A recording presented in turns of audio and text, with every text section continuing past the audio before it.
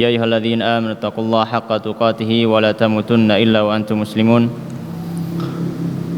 فيا أيها الناس اتقوا ربكم الذي خلقكم من نفس واحدة وخلق منها زوجها وبث منهما رجالا كثيرا ونساء واتقوا الله الذي تساءلون به والأرحام إن الله كان عليكم رقيبا وبعد فإن أصدق الحديث كتاب الله وخير الهدي هدي محمد صلى الله عليه وعلى آله وسلم وشر الأمور محدثاتها وكل محدثة بدعة وكل بدعة ضلالة وكل ضلالة في النار اللهم علمنا ما ينفعنا وانفعنا بما علمتنا اللهم زدنا علما وارزقنا فهما اللهم سبحانك لا علم لنا إلا ما علمتنا إنك أنت العليم الحكيم وتب علينا إنك أنت التواب الرحيم.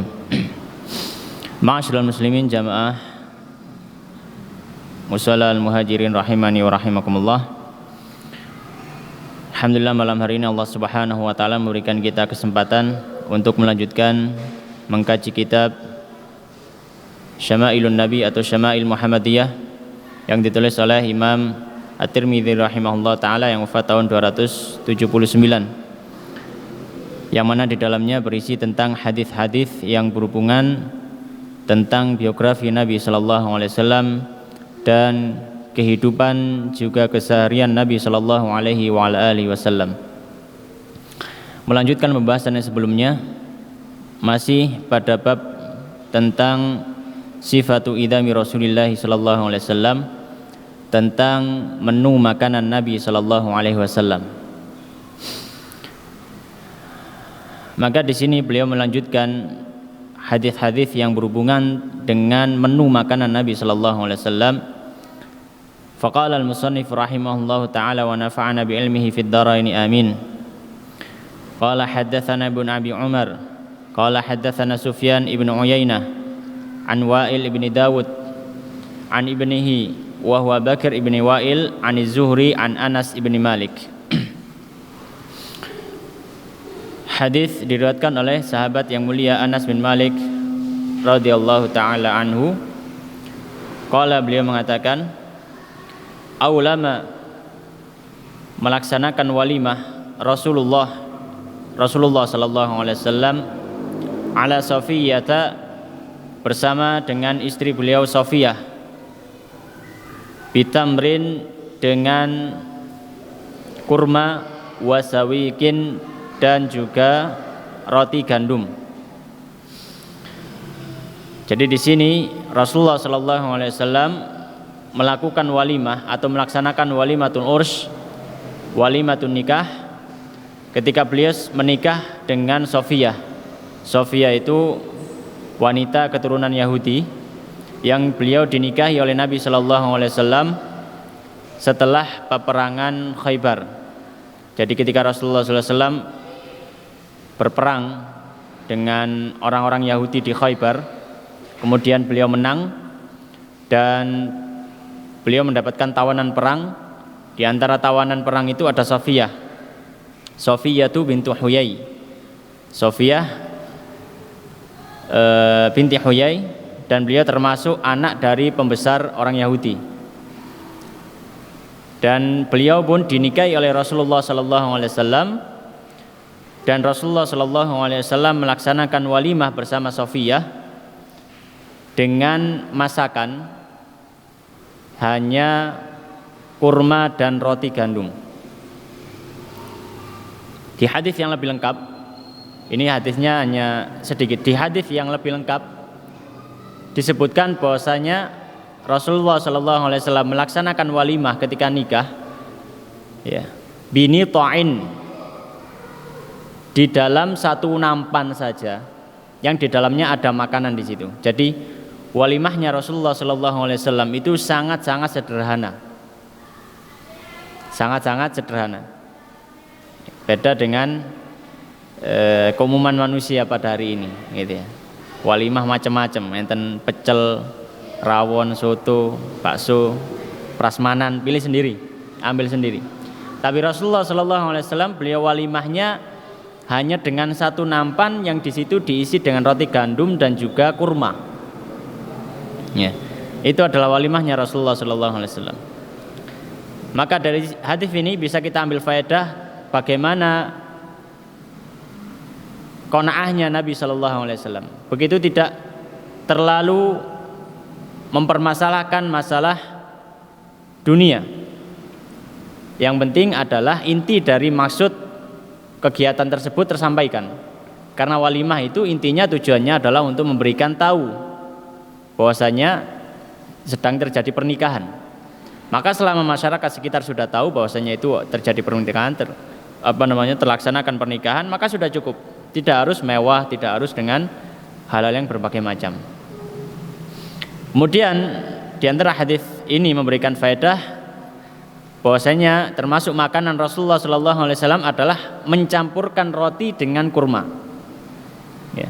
Beliau memakan roti dengan kurma. Nanti ada hadis yang lain beliau mengatakan ketika memegang roti dengan kurma maka beliau mengatakan hadza idamu hadza. Ya. Ini lauknya ini, gitu. Ya. Dan sampai hari ini pun masih ada ya, ada jenis makanan yang roti dicampur dengan kurma. Baik. Itu adalah salah satu menu Nabi sallallahu alaihi wasallam, yaitu roti yang dicampur dengan kurma, roti gandum. Hadis yang berikutnya qala haddatsana al-Husain bin Muhammad al-Basri qala haddatsana al-Fudail bin Sulaiman qala haddatsana Fa'id maula Ubaidillah ibn Ali ibn Abi Rafi' maula Rasulillah sallallahu alaihi wasallam qala haddatsani Ubaidullah ibn Ali an jaddatihi Salma. Dari Ubaidullah bin Ali, dari neneknya yaitu Salma, Annal Hasan bin Ali, bahwasanya Hasan bin Ali, cucunya Kanjeng Nabi sallallahu alaihi wasallam, bahwasanya Hasan bin Ali wa bin Abbas dan Ibnu Abbas, ya, sepupu Rasulullah sallallahu alaihi wasallam, wa bin Ja'farin dan Ibnu Ja'far. Ibnu Ja'far ini juga sepupu Nabi sallallahu alaihi wasallam karena putra dari Ja'far bin Abi Thalib. Kalau Ibnu Abbas ini juga sepupu Nabi karena putra dari Al-Abbas, ya, putra dari Al-Abbas. Baik. Atauha, bahwasanya tiga orang ini, Hasan bin Ali, Ibnu Abbas sama Ibnu Ja'far, atauha, mereka bertiga mendatangi Salma. Salma ini ketika Nabi SAW masih hidup, Salma ini yang biasa membuatkan makanan untuk Kanjeng Nabi SAW. Ya. Faqalu laha, maka orang bertiga ini mengatakan kepada Salma yang dulu biasa membuatkan makanan untuk Nabi SAW. Mereka mengatakan, isna'i, buatkanlah lana, bagi kami, ta'aman, satu makanan, mimma kana yu'jibu Rasulullah, dari makanan yang Rasulullah sallallahu alaihi wasallam senang, wa yuhsinu aklahu, dan Rasulullah sallallahu alaihi wasallam suka memakannya. Faqalat, maka Salma tadi mengatakan, ya bunayya, wahai anakku, la tashtahihil yaum, kamu tidak akan berselera pada hari ini. Maksudnya karena di zaman tiga orang ini ketika Rasulullah wafat, mereka masih muda semua dan mereka menjalani hidup yang panjang setelah wafatnya Rasulullah. Ketika mereka berkata, tolong buatkan makanan yang dulu biasa Kanjeng Nabi makan, maka Salma mengatakan, kalau saya buatkan makanan yang seperti Kanjeng Nabi SAW makan, kalian pasti nggak mau. Soalnya nggak ada, di zaman sekarang sudah nggak ada gitu, nggak ada yang makan makanannya Kanjeng Nabi yang dulu itu. Kenapa? Karena ya memang kalau orang di zaman itu ya sudah tidak makan itu, karena mereka sudah maju dalam masalah kuliner, masalah macam-macam, sudah bahan makanan semakin banyak dan macam-macam. Maka Salma mengatakan demikian, kalau saya buatkan kalian nggak akan mau makan karena nggak cocok dengan lidah kalian sekarang. Qala, maka salah satu dari mereka bertiga mengatakan, bala isna'i hilana, ya, ya, kami pasti akan mau, maka buatkanlah untuk kami, gitu. Mereka memaksa. Qala faqamat, maka Salma tadi berdiri, ya, fa akhadat syai'an min sya'irin, Kemudian beliau mengambil beberapa dari gandum, ya. Fatahanathu, kemudian beliau menumbuk gandum tadi. Tsumma ja'alathu fi kidrin, kemudian beliau letakkan tepung gandum yang selesai ditumbuk tadi fi kidrin, di dalam satu wadah. Kemarin sempat kita sebutkan bahwasanya syair ini jenis gandum yang rendah, jenis gandum rendah. Jadi hasil rotinya pun kasar. Hasil rotinya kasar dan termasuk roti jenis rendah. Maka setelah ditumbuk kemudian diletakkan dalam satu wadah, wasabbat alaihi syai'an min zaitin. Kemudian Salma tadi, ya, beliau memasukkan ke dalamnya minyak. Dikasih minyak.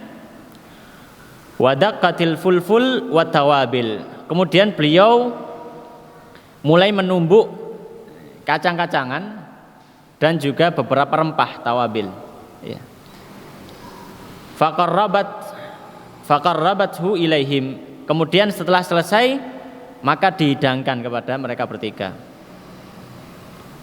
Kemudian faqalat, beliau mengatakan, hadza mimma kana yu'jibu Rasulullah sallallahu alaihi wasallam. Ini termasuk makanan yang disukai Nabi sallallahu alaihi wasallam, wa yuhsinu aklahu, dan Rasulullah sallallahu alaihi wasallam sangat bersemangat untuk memakan makanan ini. Ya. Maka dari hadis ini kita mengetahui atau mendapatkan faedah pelajaran tentang bagaimana kesederhanaan Nabi sallallahu alaihi wasallam dalam hal makanan. Sederhananya beliau sallallahu alaihi wasallam dalam hal makanan.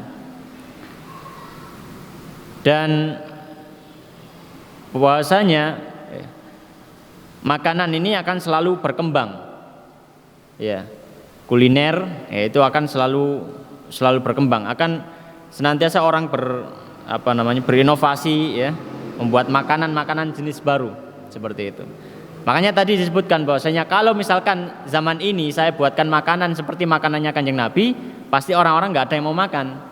Karena sudah nggak cocok dengan lidah mereka, karena sudah tidak pernah makan. Ya. Baik. Kemudian di antara faedah hadis ini juga, ya, bahwasanya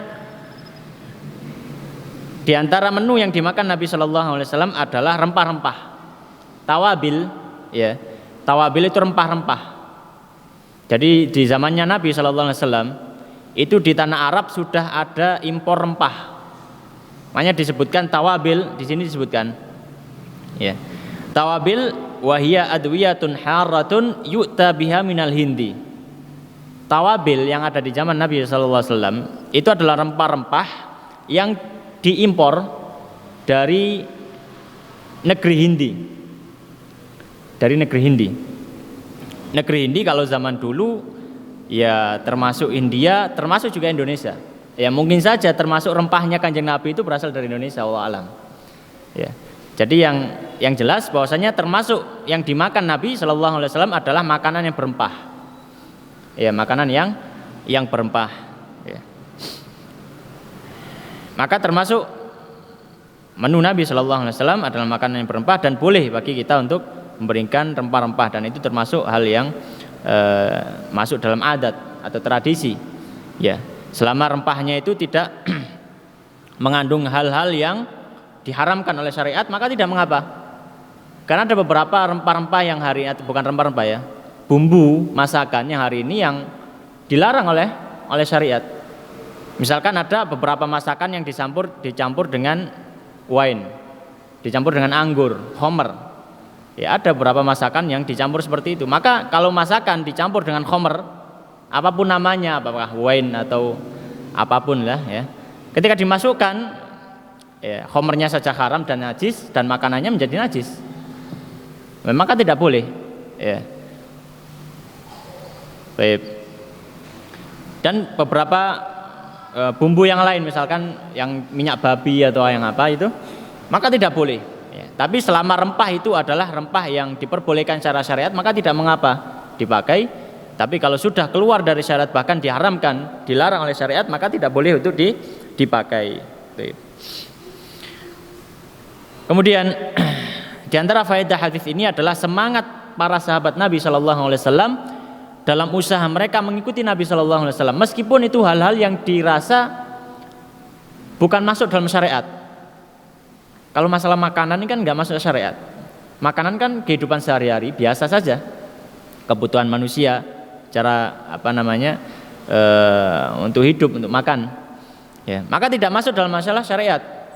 Tapi karena semangatnya mereka mengikuti Nabi Shallallahu Alaihi Wasallam, ya, bahkan mereka pun mencari-cari bagaimana dulu makanannya Nabi Shallallahu Alaihi Wasallam. Dan itu hendaknya yang dilakukan oleh seorang Muslim, berusaha untuk mencari-cari athar dari Nabi Shallallahu Alaihi Wasallam, kemudian berusaha untuk mengikutinya. Ya, makanya salah satu kisah yang masyhur, bahwasanya suatu ketika Imam Ahmad itu mendapatkan satu hadis, bahwasanya termasuk kebiasaan Nabi Shallallahu Alaihi Wasallam adalah beliau mengunjungi sahabatnya, ya, berziarah kepada sahabatnya, dalam rangka untuk mempererat hubungan persaudaraan, ya. Karena ketika seorang yang dimuliakan, seorang pemimpin kemudian bertamu, ya, maka akan menjadi sebuah kehormatan bagi orang yang didatangi tadi, ya. Dan itu juga menunjukkan ketawaduan Nabi Shallallahu Alaihi Wasallam, bagaimana beliau ini seorang pemimpin besar dan beliau mau mendatangi para sahabatnya, rakyatnya didatangi, ya. Di antara faedah hadis ini yang lainnya, bahwasanya termasuk atau makanan yang disenangi Nabi Shallallahu Alaihi Wasallam adalah daging. Sudah pernah kita sebutkan di pembahasan sebelumnya, ya, bahwasanya beliau menyukai daging. Makanya beliau mengatakan ketika disembelihkan satu kambing, itu kalau orang Arab seperti itu, ya. Jadi menunya sekali keluar kambing satu gitu. Maka beliau mengatakan, ka'annahum alimu anna nuhibbul lahma. Ya, kok tahu, ya, mereka itu kalau kita suka daging, langsung disembelihkan kambing. Di antara faedah hadis ini yang lainnya, yang ketiga adalah, ya, termasuk, ya, yang diajarkan dalam syariat Islam adalah ikramud dhaif, memuliakan tamu. Ya, memuliakan tamu, ya. Termasuk bentuk pemuliaannya adalah memberikan hidangan kepada tamu. Ya, apapun yang kita punya. Kalau punyanya air putih, ya dihidangkan air putih. Ya, punyanya daging, ya dihidangkan daging. Ini termasuk pemuliaan.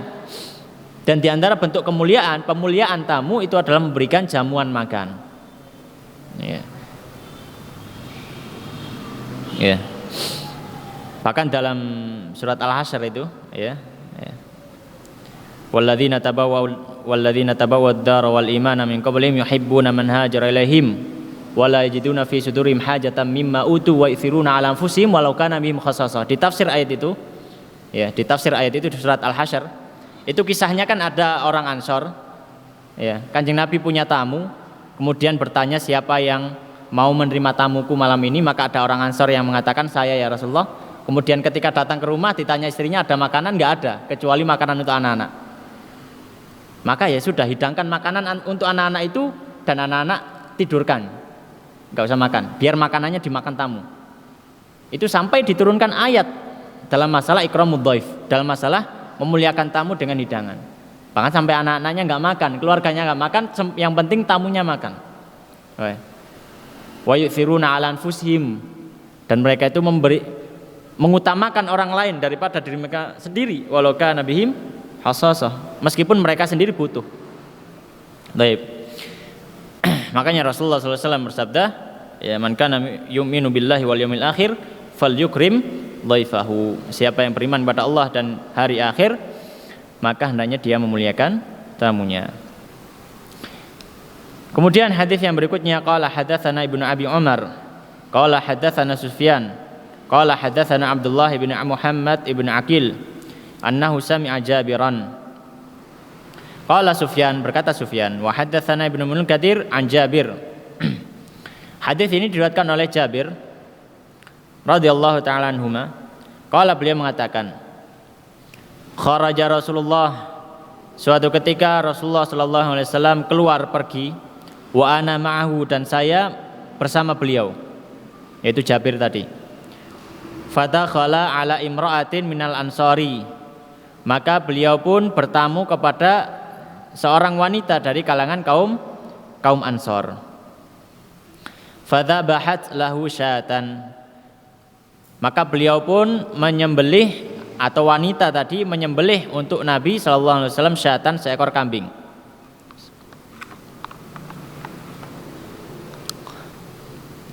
Fa'akala minha, kemudian Nabi sallallahu alaihi wasallam memakan sebagian dari daging kambing tadi.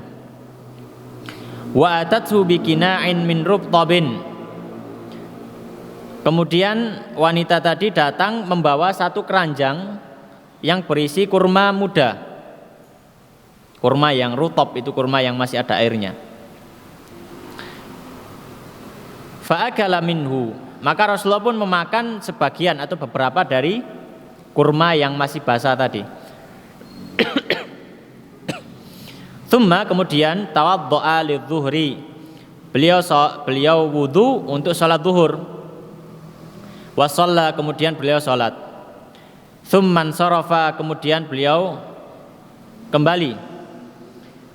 Fa'atathu bi'ulalatin min ulalati syati, maka wanita tadi pun menghidangkan kembali sisa daging kambing yang dimakan sebelum salat zuhur tadi.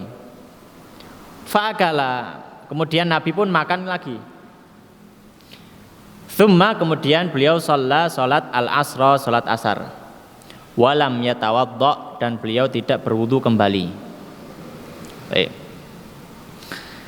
Hadis ini memberikan faedah pada kita. Yang pertama diantaranya,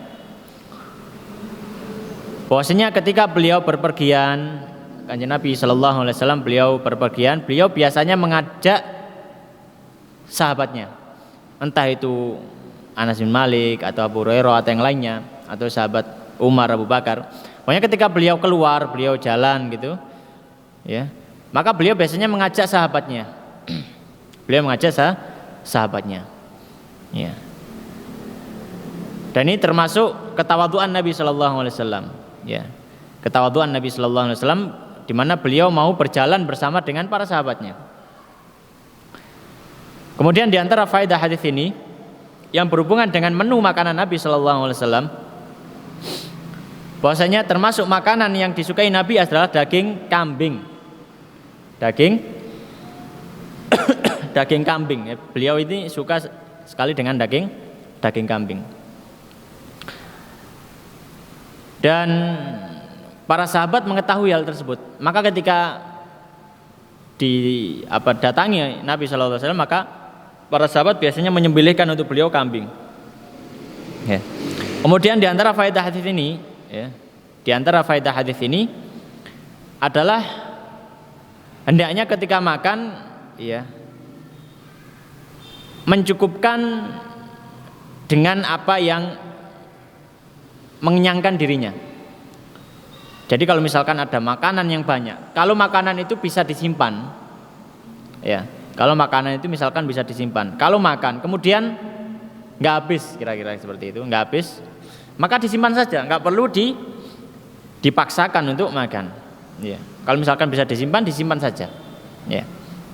Tapi kalau misalkan bisa dihabiskan, ya silakan dihabiskan. Dihabiskan. Ya. Sebagaimana Nabi Sallallahu Alaihi Wasallam tadi, ketika beliau dimasakkan seekor kambing, maka beliau pun makan, tapi tidak semuanya, disisakan. Ya. Disisakan, ya. Kemudian untuk disimpan. Ya. Kemudian beliau sholat.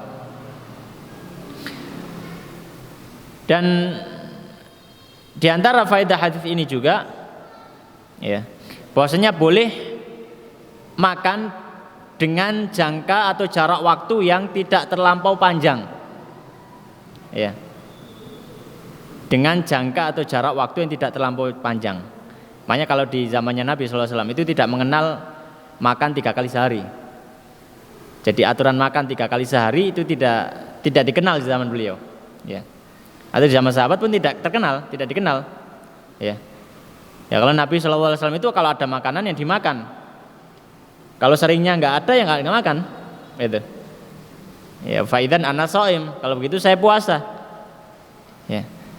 Jadi beliau sendiri tidak makan, tidak harus sehari 3 kali, tidak. Kadang beliau makan 2 kali. Ya.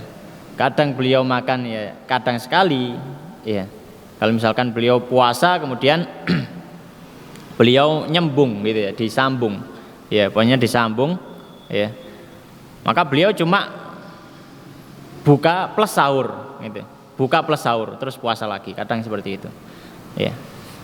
Kadang 1 kali sehari seperti itu. Dan beliau sehat-sehat saja. Beliau sehat-sehat saja, ya. Baik. Kemudian di antara faedah hadis ini, ya, ini menguatkan apa yang telah kita pernah sampaikan masalah tentang berwudu, ya, apakah berwudu dari memakan daging, ya. Maka mazhab yang lain, mazhab Ahmad misalkan mengatakan kalau daging itu daging unta maka berwudu, ya. Tapi dalam mazhab Syafi'i, ya, daging apapun itu, ya, maka dia tidak berwudu, ya. Di sini Nabi SAW memakan daging kambing yang dimasak dengan api, dan beliau setelah makan beliau tidak berwudu. Tsumma sholal asra wa lam yatawadda. Maka beliau langsung sholat asar dan tidak berwudu. Ya, selama tidak batal wudunya, ya. Karena makan daging tidak membatalkan wudu.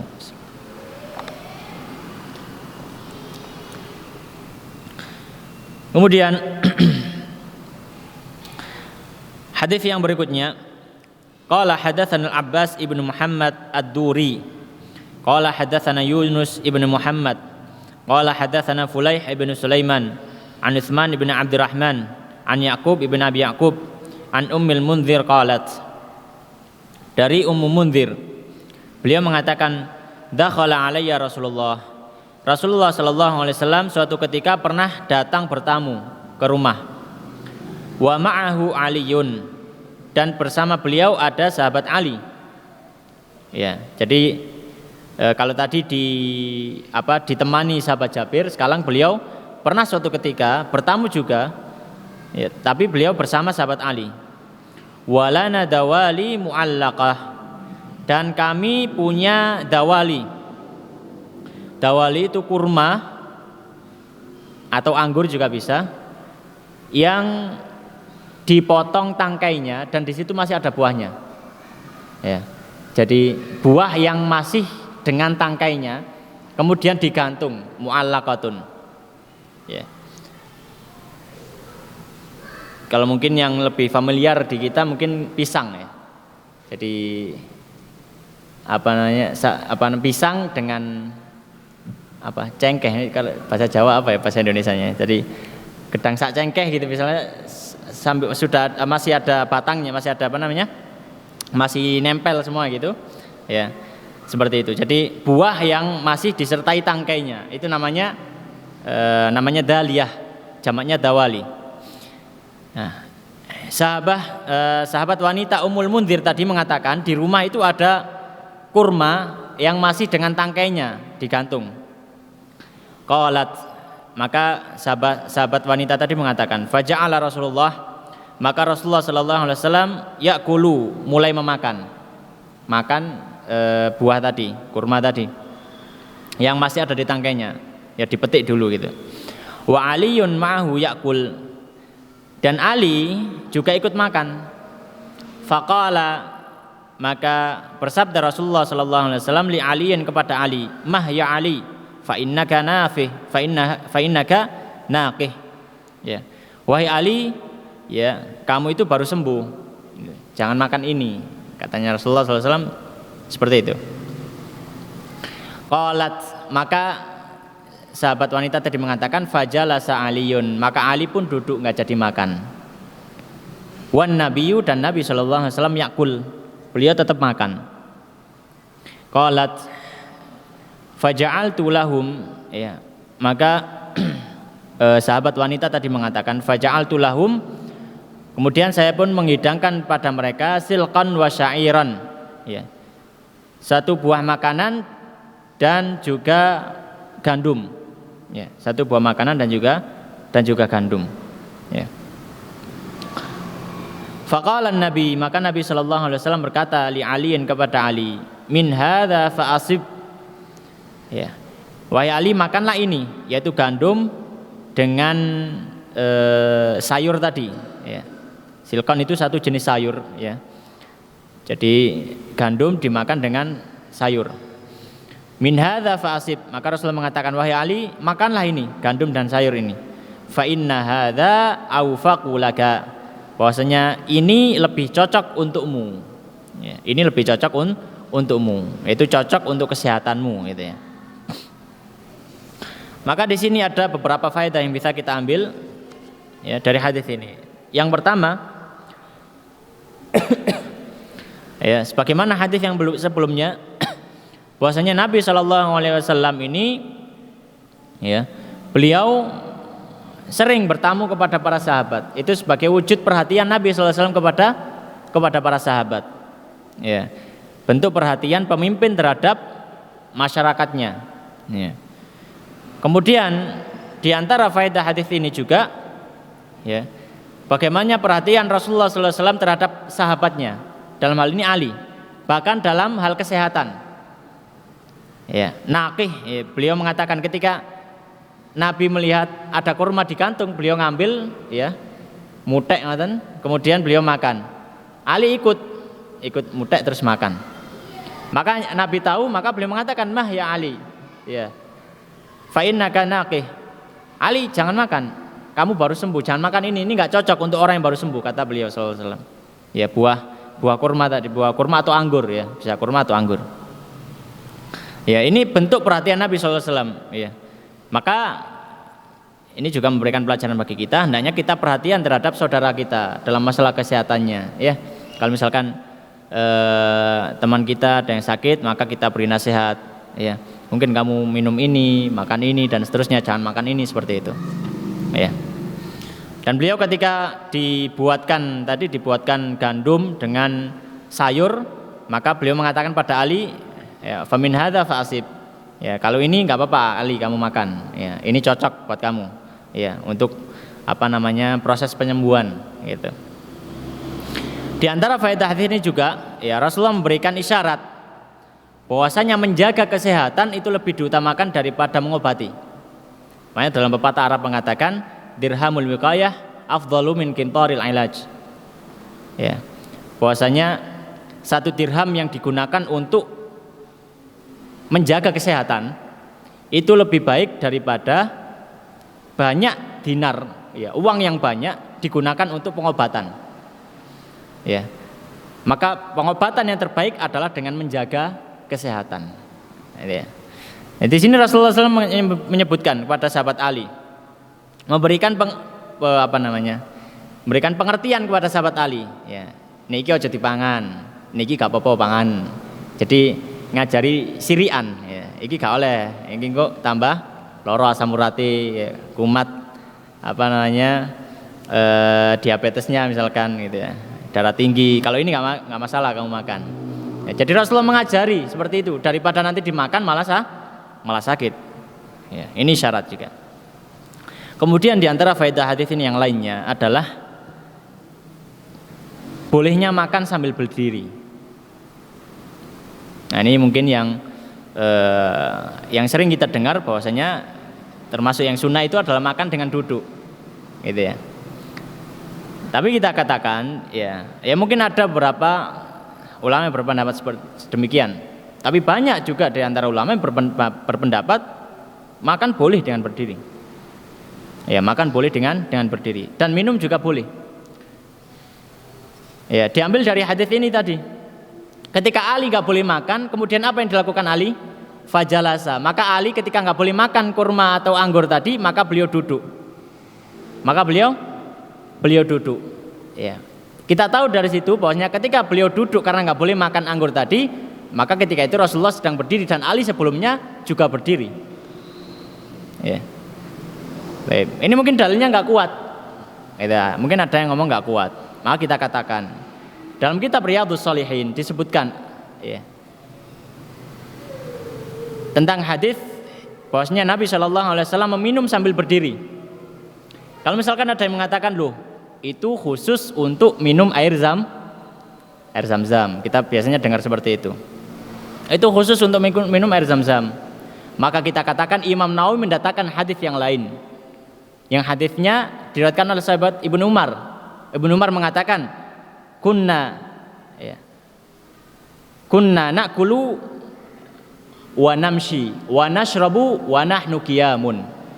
Hadisnya diriwayatkan oleh Imam Tirmidzi, penulis kitab ini. Dan Imam Tirmidzi mengatakan hadisun hasanun sahih, hadis hasan sahih. Yang artinya adalah sahabat Umar mengatakan dahulu, maksudnya dahulu ya di zamannya Nabi, kami itu ya terkadang makan dan minum sambil berdiri. Makanya Imam Nawawi rahimahullah taala beliau mengatakan, membuat bab dalam kitab Riyadhus Shalihin, babu jawazi syurbi qa'iman wal akmalu tarkuhu. Bab bolehnya minum sambil berdiri. Itu nasnya Imam Nawawi dalam kitab Riyadhus Shalihin. Mungkin nanti bisa dicek. Dalam kitab Riyadhus Shalihin beliau mengatakan bab boleh minum sambil berdiri. Dikiaskan juga makan. Karena di situ Imam Nawawi menyebutkan makan juga, masalah makan. Sebagaimana dalam hadisnya Ibnu Umar. Maka dalam mazhab Syafi'i dan juga para ulama yang lainnya banyak yang mengatakan hukumnya adalah boleh. Tapi yang afdol, ini bukan berarti kita memerintahkan ya udah kalau gitu makan sambil berdiri, minum berdiri, enggak. Kita sedang berbicara dalam ranah hukum fikih. Kalau dalam praktek yang afdol duduk. Yang afdol tuh duduk. Kenapa? Karena itu sesuai dengan adat kebiasaan manusia. Manusia kebiasaannya kalau makan minum bagaimana? Ya duduk. Tapi kalau dilihat dari segi hukum fikihnya, maka kalau ada yang makan dan minum sambil berdiri, maka itu boleh. Ya, maka itu boleh. Ini adalah sebagai tambahan maklumat saja. Jadi ya semakin memahamkan kita supaya hati ini semakin legowo. Jadi nggak harus yang makan sambil berdiri atau minum sambil berdiri berarti mukhalifun li sunnah, enggak. Ya. Jadi nggak perlu kita ingkari dengan ingkaran yang keras. Itu ya. Baik. Kemudian hadis selanjutnya, ya. Hadis selanjutnya. Qala beliau mengatakan hadatsana Mahmud ibnu Ghailan qala hadatsana Bishr ibnu Sari an Sufyan an Talhah ibnu Yahya an Aisyah binti Talhah an Aisyah ummul mukminin.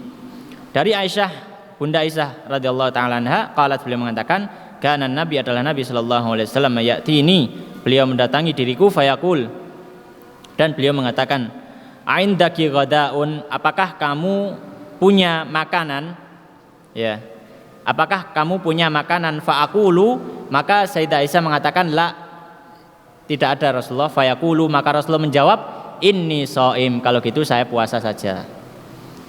Faqalat, ya, kemudian Bunda Aisyah mengatakan fa'atani yauman, di hari yang lain Kanjeng Nabi datang lagi ke rumahnya Sayyidah Aisyah. Faqultu ya Rasulullah, maka saya mengatakan wahai Rasulullah, innahu uhdiyat lana hadiyatun, bahwasanya tadi ada hadiah yang datang ke rumah. Qala, Nabi mengatakan wa ma hiya, dan apa hadiah itu? Qultu, maka maka Aisyah mengatakan haisun, yaitu hais. Hais itu adalah makanan yang terbuat dari kurma yang dicampur dengan susu yang sudah dibekukan, ya, atau terkadang ditambahi dengan tepung. Jadi namanya adalah hais, ya. Jadi kurma yang dicampur dengan susu yang dikeringkan atau terkadang dicampur dengan tepung. Qala, maka Rasul mengatakan ama inni asbahtu shaiman, ya, bahwasanya aku pagi tadi sudah niat puasa sunnah. Qalat, kemudian Aisyah mengatakan tsumma akala, ternyata Rasulullah sallallahu alaihi wasallam membatalkan puasanya. Baik. Maka di antara faedah hadis ini memberikan faedah yang banyak, terkhusus lagi masalah puasa. Ya, terkhusus lagi masalah puasa. Di antaranya, ya, faedah hadis ini yang pertama adalah boleh membatalkan puasa sunnah. Boleh membatalkan puasa sunnah. Iya. Meskipun bukan karena satu kebutuhan, meskipun bukan karena satu hajat, boleh membatalkan puasa sunnah. Iya. Puasa sunnah boleh dibatalkan. Hadisnya ini dalilnya. Ya, Rasulullah mengatakan ama ini asbahtu shaiman. Tadi pagi saya sudah puasa, niat puasa. Terus Rasulullah makan. Ya, maka Rasul batalkan puasanya. Kalau misalkan ada tanya bagaimana dengan ayat yang berbunyi wala tubtilu a'malakum. Jangan kamu batalkan amal-amal kalian. Maka kita katakan yang dimaksud jangan batalkan amal-amal kalian adalah membatalkan amal-amal yang bersifat wajib. Adapun amalan sunnah maka boleh dibatalkan dan tidak berdosa. Boleh dibatalkan dan tidak berdosa. Di antara faedah hadis ini yang kedua adalah bahwasanya tidak dipersyaratkan niat berpuasa sunnah sejak sebelum fajar terbit. Jadi kalau misalkan bangun tidur kita belum makan apa-apa, kemudian jam 6, jam 7 baru lihat-lihat ternyata nggak ada makanan, baru niat puasa ketika itu, maka boleh sah puasanya. Berbeda dengan puasa wajib. Puasa wajib niatnya harus sebelum fajar terbit. Ya. Makanya dalam hadis yang lain disebutkan man lam yubayyit as-siyama minal laili fala siyama lahu. Barang siapa yang belum berniat puasa di malam harinya, maka tidak ada puasa baginya. Maksudnya puasa wajib. Makanya kalau Ramadan itu sebelum tidur baiknya diniati dalam hati ya besok puasa seperti itu. Supaya nggak kelupaan. Baik. Kemudian selanjutnya di antara faedah hadis ini bagaimana Rasulullah SAW begitu qanaah dalam masalah makanan. Ya, Rasulullah ketika tanya kepada istrinya, ada makanan pagi ini? Dijawab nggak ada. Mboten enten Kanjeng Nabi. Ya wis tak poso. Itu suami model Kanjeng Nabi seperti itu. Ya. Ya, dan hendaknya kita seperti itu. Ya, berusaha meskipun sulit gitu ya. Meskipun sulit ya. Kalau Nabi seperti itu, ya. Ketika nggak ada makan ya sudah puasa saja. Tapi kalau ada makanan ya dimakan. Itulah Nabi sallallahu alaihi wasallam, ya. Nabi sallallahu alaihi wasallam. Dan termasuk menu yang dimakan Nabi sallallahu alaihi wasallam adalah hais. Hais itu adalah tamar atau kurma yang dicampur dengan susu, ya, susu yang sudah dibekukan, ya, atau terkadang dicampuri dengan tepung. Baik, mungkin azan terlebih dahulu kemudian kita lanjutkan beberapa hadis. Baik, kita lanjutkan tinggal 2 hadis dalam bab ini. Faqala al-musannif rahimallahu taala wa nafa'ana bil ilmi fid dharain amin. Berkata Imam Tirmidzi rahimallah, haddatsana Abdullah ibn Abdurrahman. Qala haddatsana Umar ibn Hafs ibn Ghiyath. Qala haddatsana Abi an Muhammad ibn Abi Yahya al-Aslami an Yazid ibn Abi Umayyah al-A'war an Yusuf ibn Abdullah ibn Salam qala. Dari Yusuf bin Abdullah bin Salam, beliau mengatakan, ra'aitun Nabi, saya pernah melihat Nabi sallallahu alaihi wasallam, akhadha, beliau mengambil kisratan, satu potong, min khubzis sya'iri, dari roti gandum. Fawadha'a, maka beliau meletakkan alaiha, di atas roti gandum tadi, tamrotan, sebuah kurma, sebutir kurma. Waqala, dan beliau mengatakan, hadhihi idamu hadhihi, ya, ini lauknya ini. Fa wa akala, dan beliau sallallahu alaihi wasallam kemudian memakan makanan tersebut. Nah, ini sebagaimana kita sebutkan di awal pembahasan tadi, ya, bahwasanya terkadang Nabi sallallahu alaihi wasallam itu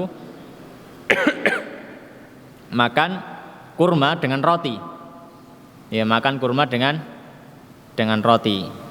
Ya, dan itu lauknya, gitu ya. Jadi lauk itu enggak harus daging-dagingan atau ikan-ikanan. Ya. Bahkan lauk itu kadang termasuk buah-buahan pun ikut jadi lauk, gitu ya. Ya. Jadi beliau suatu ketika beliau ngambil sepotong roti, kemudian roti tadi dikasih kurma, kemudian beliau mengatakan, atau belum dikasih kurma beliau mengatakan, ya, hadhihi idamu hadhihi, ya, roti ini lauknya kurma ini, ya. Jadi kemudian kurmanya diletakkan, kemudian beliau makan, ya. Maka kita ketahui dari hadis ini termasuk menu makanan yang dimakan Nabi Shallallahu Alaihi Wasallam, ya, itu adalah roti kurma. Roti kurma itu makanan Nabi Shallallahu Alaihi Wasallam, ya. Dan sampai hari ini masih ada ya, saya pernah makan itu. Ada yang ya sudah ini buatan pabrik gitu ya. Jadi roti yang di dalamnya isinya kurma. Ya. Di dalamnya isinya kurma. Cuma kalau di Indonesia sendiri kayaknya belum pernah lihat karena itu rotinya dari Arab sana. Ya. Jadi ini termasuk menu Nabi SAW. Beliau makan roti dengan kurma. Ya. Beliau makan roti dengan kurma. Ya. Dan diantara faedah hadis ini juga yang lainnya adalah bahwasanya menu makan itu nggak harus macam-macam. Ya, menu makan nggak harus macam-macam. Ya, cukup 2 jenis makanan itu sudah mencukupi. Ya, sudah mencukupi. Ya. Jadi untuk sehat itu menu makanan nggak harus 4 sehat 5 sempurna. Gitu. Jadi untuk menjadi sehat makanan itu nggak harus 4 sehat 5 sempurna, nggak perlu harus ada karbohidrat, harus ada protein, harus ada sayurannya, harus ada buahnya, kemudian ditutup dengan susu gitu ya. Kalau kita belajar kan gitu dulu kata di SD gitu ya, makanan sehat yaitu 4 sehat 5 sempurna. Rasulullah SAW itu termasuk manusia yang paling sehat. Ya. Beliau termasuk manusia yang paling sehat. Beliau sangat jarang sekali sakit. Ya, bahkan ketika beliau hidup sakitnya bisa dihitung jari. Ya.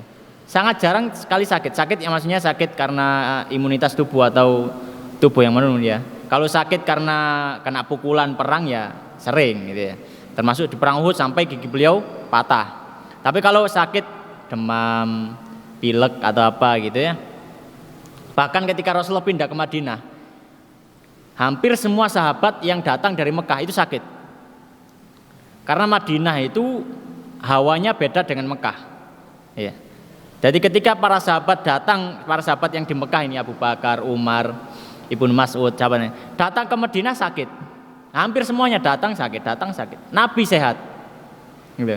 Nabi sehat. Maka para sahabat sampai minta doa kepada Nabi sallallahu alaihi wasallam. Kanjeng Nabi ini orang-orang Mekah ini enggak biasa dengan udara Madinah ini enggak biasa. Tolong berdoa kepada Allah Subhanahu wa taala supaya dihilangkan penyakit ini. Maka Rasulullah berdoa. Kemudian para sahabat banyak yang sembuh. Nah, itu pun Rasulullah tidak sakit. Ya. Beliau sakit ya yang diriwayatkan dalam hadis ya, sakit ketika beliau akan wafat. Itu saja. Dan itu pun karena sebab efek racun yang pernah diberikan oleh orang Yahudi. Ya. Ya. Dan begitu sehatnya Rasulullah SAW, menu makanan beliau tidak pernah 4 sehat 5 sempurna. Gitu ya. Tidak pernah 4 sehat 5 sempurna. Ya. Maka untuk sehat itu ya, dari pola makan itu enggak harus dengan 4 sehat 5 sempurna. Ya. Bisa jadi dengan puasa juga membuat sehat yang seperti itu. Kemudian dengan kadar makanan yang dimakan, ya. Kemudian juga bumbu-bumbunya kan gitu. Kalau orang zaman dulu kalau kita ngomong kan ya orang mbah-mbah kita ya atau kakek buyut kita itu kan sehat-sehat karena apa? Karena makanan-makanan masih natural gitu ya. Masih natural. Kalau ya makanan ya kalau nggak dikukus ya dibakar gitu ya. Jarang digoreng apalagi dikasih bumbu. Ya bumbunya cuma paling bawang berambang kan gitu ya. Jadi belum ada kayak penyedap rasa dan lain sebagainya. Ya. Ya, jadi Rasulullah SAW ya, beliau terkadang mencukupkan makanan dengan satu jenis makanan, kadang cuma kurma, kadang beliau 2 jenis makanan, ya kurma sama apa gitu, kurma sama roti misalkan, ya. Atau kadang beliau ada sayurnya, ada kuahnya, roti dengan sayur apa, seperti pembahasan sebelumnya pernah beliau datang, ya beliau makan roti ada sayur labu, ya seperti itu. Jadi tidak harus makanan yang seperti itu. Baik, kemudian hadis yang terakhir dalam bab ini, bab menu makanan Nabi sallallahu alaihi wasallam, beliau mengatakan Haddatsana Abdullah bin Abdurrahman qala anba'ana Sa'id bin Sulaiman an Abbad bin Awam an Humaid an Anas. Dari Anas, sahabat Anas radhiyallahu ta'ala anhu, anna Rasulullah bahwasanya Rasulullah sallallahu alaihi wasallam kana yu'jibuhu tsuflu. Ya. Bahwasanya Nabi sallallahu alaihi wasallam itu suka makan as-suflu. Ya. Apa as-suflu? Ya.